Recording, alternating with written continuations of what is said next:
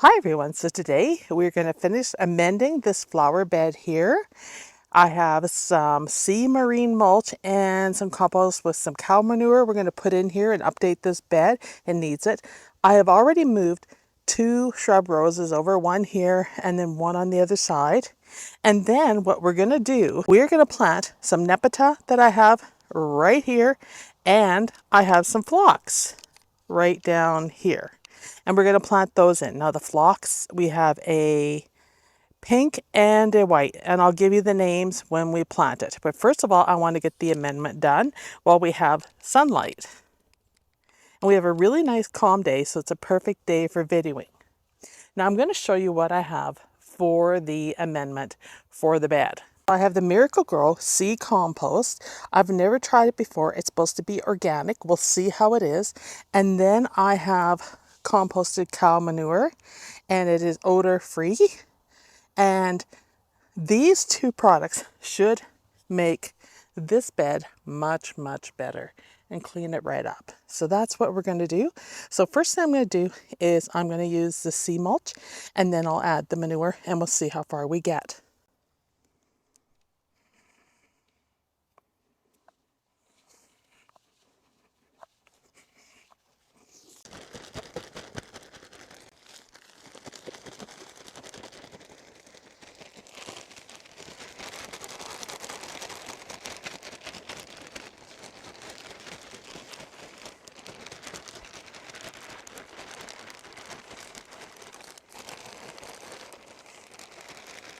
Just in case you didn't see what kind of manure I'm adding, I'm going to show you. This is the cow manure, odor-free, although I can still smell it, 644, and it's a compost blend. And you can see now I've added it in here. The bed has really been raised up quite a bit, and now I have to work it in. And sorry for my shadow, but it's that kind of day. Sun's moving to the west, and we're going to get lots of shadows. So bear with me. So I've added 3 bags of the cow manure, 2 bags of the sea compost. So that should give the bed a really good variety of nutrients for it. And now I'm just going to take my cultivator, and I'm using my pointy edge one cultivator, and I'm just going to cultivate that in around the plants. And I'm going to put my gloves on because I did encounter a rose there, and I did prune the roses back, just so you know. I took my hot paprikas, I pruned them all back, got rid of all the bug damage off of them, cleaned them right up. I had started them a week ago, last week, cleaning them up, and then I just finished taking off all the damaged leaves. So that should really help. I mean, I can come back and soap them too if I need to, but I think that should do it. So we're going to take this and we're just going to cultivate it in just like that and work it into around the plants.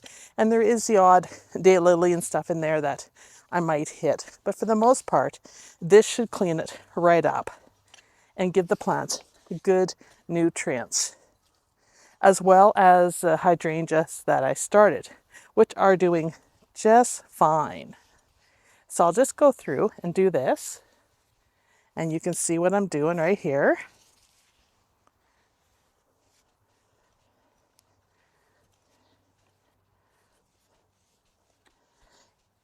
And I cut the clematis back.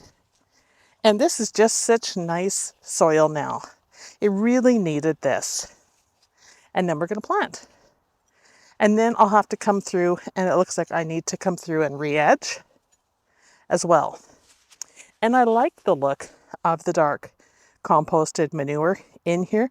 It cleans the bed up. And to me, that's just as good as mulch. It will lighten up when it dries. And then I could add some cedar mulch to this bed. But I think for now, we're just going to go with the compost and work it into the soil and plant. And I'll decide later if I want to add some mulch. I mean, time's getting on. I can still get some mulch, which is really, really good.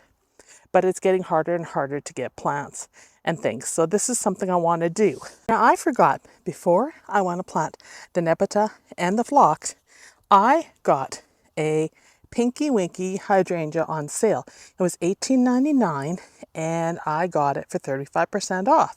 So I thought that was a good deal. It's a one-up, but I think it should go in this bed. It'll give me some height and some color that I'm craving. I'm going to leave the blooms on for now, but I'll come back after and trim it down halfway because we're going to try to block the rabbits this year. Rob's bound determined he's going to stop them. And since we never had that trouble when we had fence up, I'll probably put a snow fence up just to keep them under control. But this likes sun or part shade, USD, zones 3 to 8, so it's good to -40, which is perfect for my climate because I'm in Saskatchewan, Canada, zone 3B, so that's great. It will adapt to moist, well-drained soil, fertilize it in spring, perfect for borders, hedges, and any sort of specimen plant. So that is it. It is totally cute.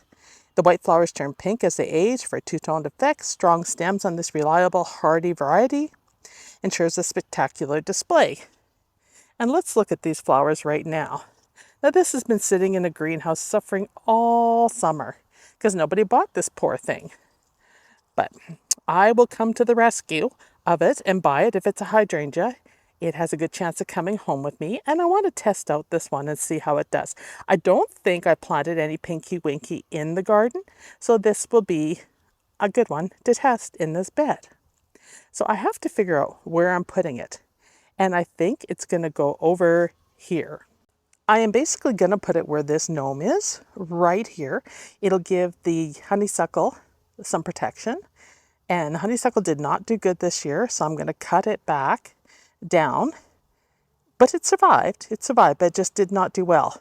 And if I've learned anything from growing morning glories with honeysuckle, is they like a lot of protection and they will go crazy. So I think next year, this trellis here is a candidate for morning glory. Being they grow so well in my yard, this might be a good spot, especially now that I've amended the soil. So I'm going to put Pinky Winky right here.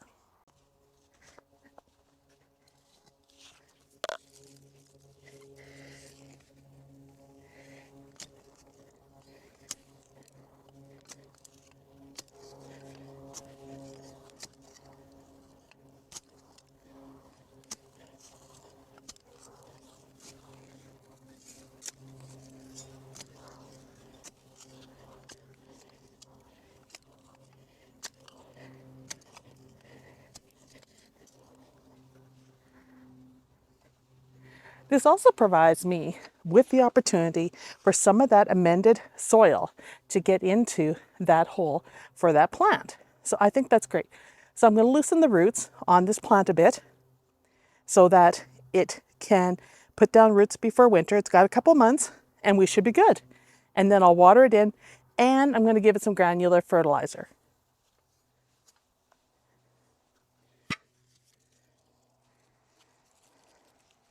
I will need to come through and cut off some of these vines here that are dead and clean it out, like in here. So here's the root ball on it, you can see. And I'm just gonna basically open it up just like that all the way around. It's good and wet.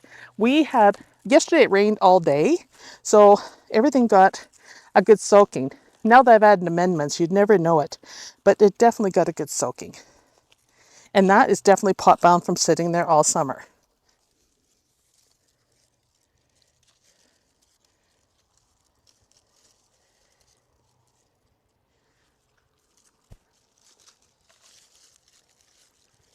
I'm just trying to get the angle of how I want it to look. I think that's right there.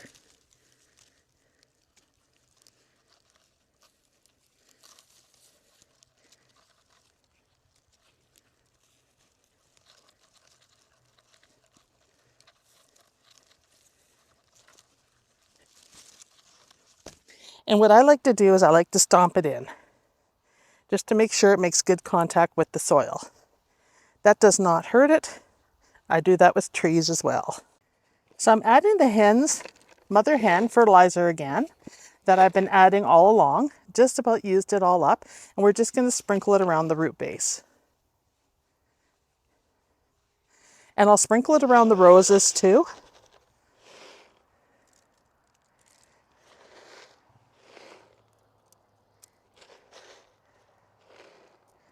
I'm just going to toss it in just a little bit like that, because there's lots of plants in this bed that need fertilizer.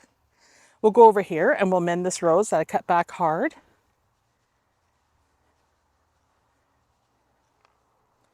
Right here. You can see it right there. And we'll amend it.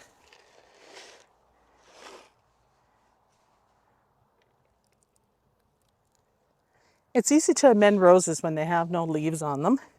And then I'm going to mend the hot paprika right here, because I think it could use it. It's had a hard year. So I have 3 of the Perennial Sweet Summer Surprise Violet White. Now it has a white center on it, according to the pictures, because I have not seen it in bloom, and beautiful magenta. It likes fun or shade. You're supposed to fertilize when it's actively growing. There's not a lot of information on these. They're supposed to be perennial, so I guess we will find out. So I have, I believe, 3 of these and 1 white. Now those tags could be wrong, but here's hoping. So there's 3 I put right there. I'm going to plant them there. And then this is called Sweet Summer Snow White. And I only have 1 of these. So these are sale perennials, 75% off. Oh wow, we have snowbirds overhead. Kind of cool. Went by so fast I couldn't even show you them. And snowbirds, I mean, it's our version of blue angels. Except their jets are antique. It's the way I'll put it, which is kind of sad. Because I grew up in Moose Jaw, I love the planes and the snowbirds. I don't want to ride in them, but I love watching them, and that I think they're so cool. So I got to find a place to put this one. Now I could put it right here, like right in this area here, which would be nice, but we have a daylily there. So I'm going to put it in another area. I'm going to put it right here because we have some beautiful lavender veronica. We have liatris in the back, and then we have hot paprika. So I think the white phlox will calm everything down in this area. And as I learned from doing a lot of white in the front yard this year, is the more white you have, the more eye-popping it is with your bright, brilliant colors. So I need to add more white, which the hydrangeas will cover some of that. But I also need to add it low growing in some of the border here. But there's going to be a lot of lavender in here, which should be really pretty. So let's dig these in.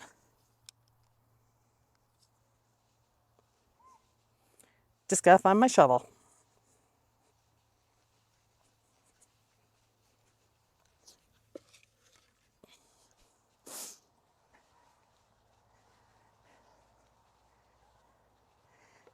And I keep all these pots because I'm going to cut the bottoms out and use them for the hydrangeas. So these are really handy.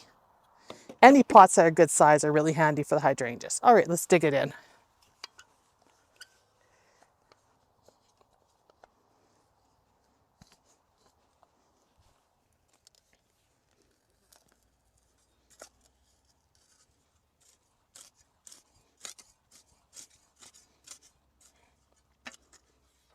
And in it goes.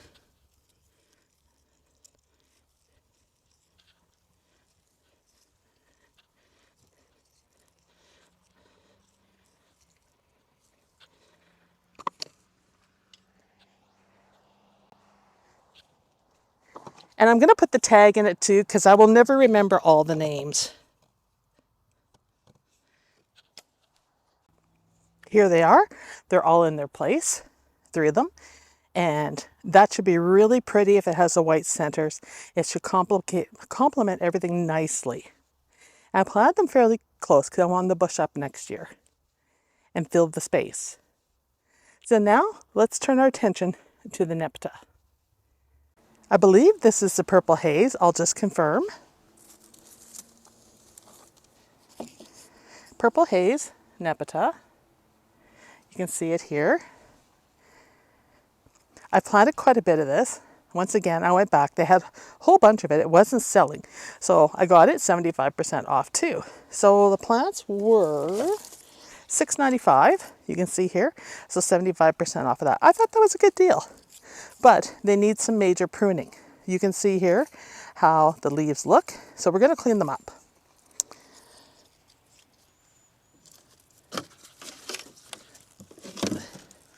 And I'm just going to do it right here in the container. And I'm just going to go all the way down to where there's dead leaves like that and take it back.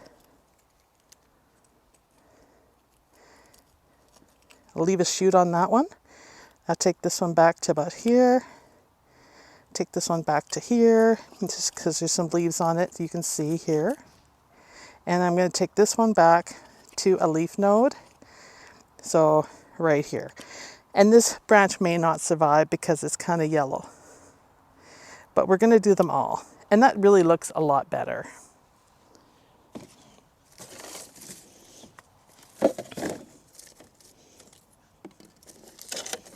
Same with this one.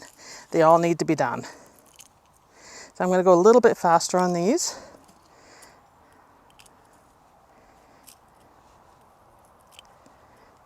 And take those all down. So you can see how I placed it now, right in front there, and I'm going to dig it in. And I think that should look really good on that corner. And while the Annabelles grow, this will give me some color. So let's get this in. This is where I'm placing them. So I'm putting one there to offset the black honeysuckle and to give some color. There's already one there, and we have paprika rose there. So that should be all right. Two here to fill in this edge. So we have salvias here. We're going to put two here in front of the rose. We have our phlox here. Then we have our paprikas. I'm going to put another one right in front of this phlox for color. But I think I'm going to, I might move that one actually, because I think it's too close. But I kind of want one on the corner here, so I'll have to think about that. It might go more in front here. I have one here in front of the Veronica. Hopefully it doesn't overpower it. I might move that one over a bit more. Since that one's there, maybe we'll just take this one here and we'll move it right here in front of the rose. That might be better. Although I feel like there's a gap there, but we also have yarrow here. So we don't want to overcrowd things too much. And then I have one here in front of the hydrangea. That should give me a nice color contrast. Then one over here beside Mr. Meditating Gnome. Maybe we should call him Harold. I'm not sure yet. I haven't named him. One here and one here by the rose. I moved that one back because there was too much in here. This one there. I moved that nepeta back to allow the phlox to stand on its own. And for the rose, I might put something in here. We'll see. I might put a creeping phlox in there. A ground cover, just to get some color in the spring. I left the roses alone here. I planted nepeta here. I moved that one back because I felt it was too crowded here and I want the rose to shine. And I think that's a hot paprika rose. So it's a low growing one. So that would overcrowd it and be too tall. So it should complement the back. And look, I see I dug up some lily bulbs. I'll have to come back and deal with those. I put one right here in front of the hydrangea. That should be pretty. I moved the gnome back. And then I put one here beside the gnome and one over here beside the rose. I like the look of, and there's my shadow now, it's sun's moved. I like the look of nepeta with a pink rose. I like the lavender and the pink combined. So I hope you enjoyed this video. Don't forget to give me a like and subscribe. By liking my videos, it causes YouTube to push it out to more people. And us Canadian gardeners, I hate to say it, but I don't find YouTube really pushes our videos out to the masses. So I do get a lot of people saying, hey, I just discovered your channel, never seen it before.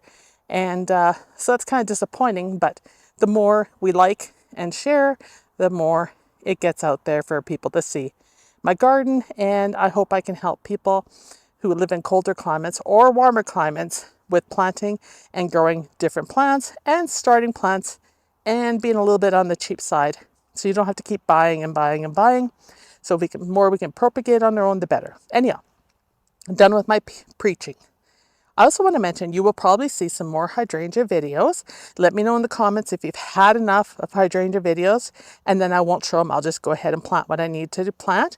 You guys can let me know that. Thank you everyone for watching, and I hope you enjoyed this video and I inspired you to get out and work in the soil. And I just want to make one comment about the compost, the manure and the sea manure compost.